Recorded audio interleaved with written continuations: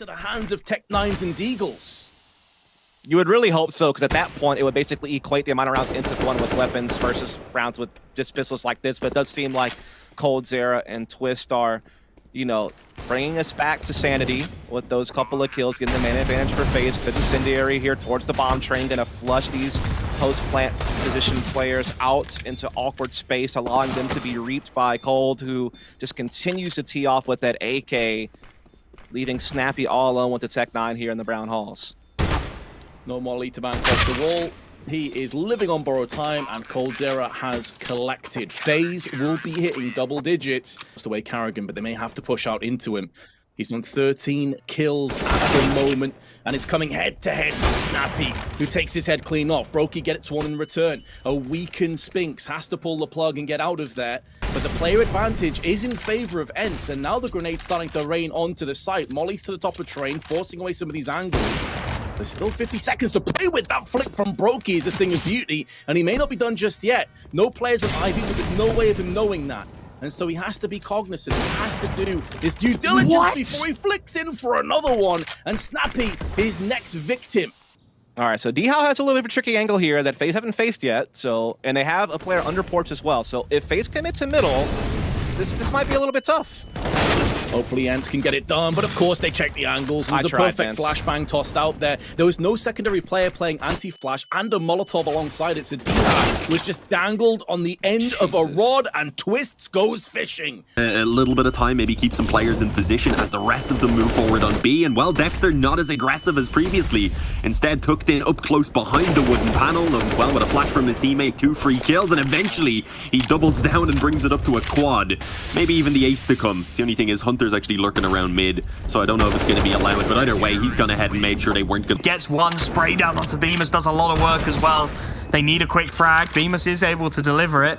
That man advantage still there, but they're all groups. They do have a little bit of utility to work with. Smoke goes to the bomb, but Hunter finds the double kill, and that should be game over. Acor left in the 1-on-2, punished as he tries to get across to site. That's more like it from Hunter. 3 kills in the round, starts to bring his stats up just a little bit. G2 recovers the smoke from the fallen degster, but there's still a couple of players over on B, and amanek shoulder peeking will get the information, baiting him beautifully for Nexa. He goes down, but that's not the problem. Nexa gets his second, staying alive, buying so much time. How does he get a third there? frozeN, yes, he'll deal with niko late on A, but he's in the 1v3 regardless. His team lambs to the slaughter on the B bomb site, and well, it's just a question of how much he can get done realistically, right? Plenty of rounds in the bag, no point saving the armor.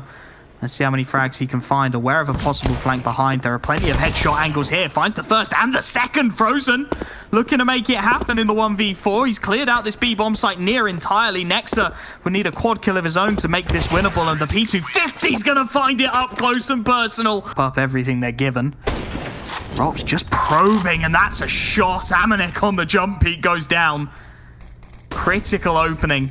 If they can get up short now, this gets very ugly indeed. Jack's spray timing not quite there. And well, now an isolated figure in the form of Hunter. Just an MP9 to work with as well. Smokes drops everything to try and get himself out of that angle and try and buy time for the support. He's done just that. Jax does well on the second attempt. frozeN will trade for one. And actually, frozeN finds the second. niko goes down. Acor with the FAMAS makes it a 2-on-1.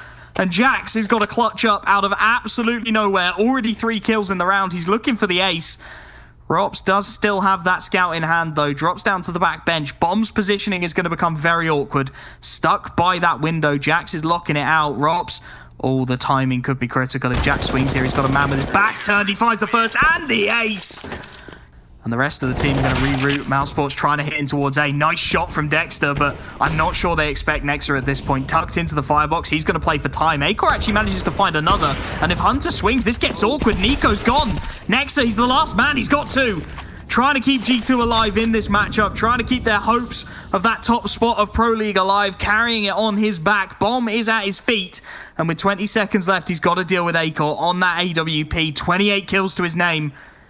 Time really starts to become an issue for the AWPer, and does he clear the close ramp angle? That's going to be the question. He's got no idea. Barrel spotted, 10 seconds. Nexa just going to tuck in, going to give the AWPer absolutely nothing. Double digits for G2. Apex is now trying to hold the line. shox goes running into the action, but they do give ZTR those 2 1v1s to carve a path into the clutch. Now a 1v2.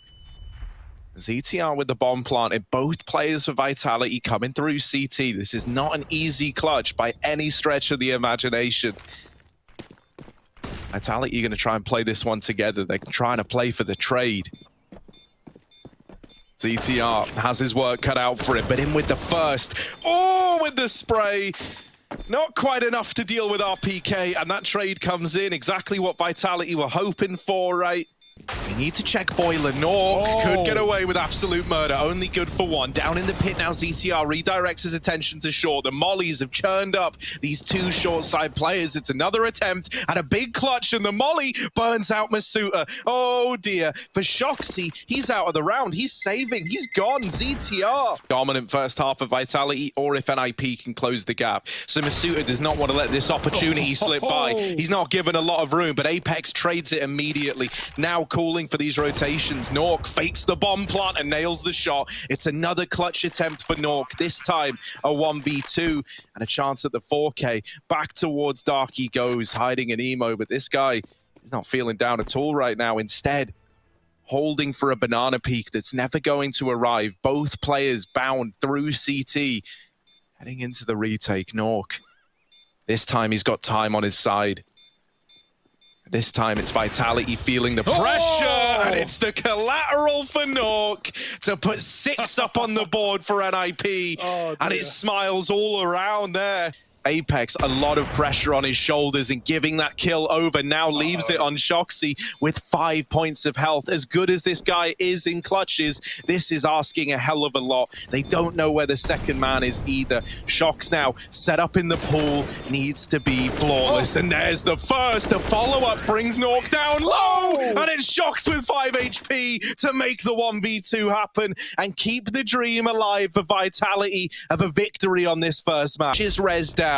Out through ramp come the remaining 3 for NIP, and while they have dealt with the first, there are a lot more bodies left to quell. Plopsky doubling down, but from above they drop onto the last man, and it's Plopsky fighting to the last breath as he grabs that defuse. NIP up to 12, and the double drop. Getting out of the ramp room, lives to fight in the B bomb site. They need the opener, and there's Apex removed, but Shox is still here, and he's not going quietly. It's left to Nork in the 1v2. Bomb looking to get planted, but the rotations are already here.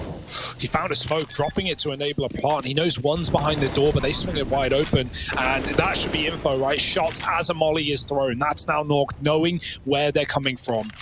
And he has time before that smoke fades, reposition, get behind the boxes, tuck back in the dark room, waiting for them to discount this position.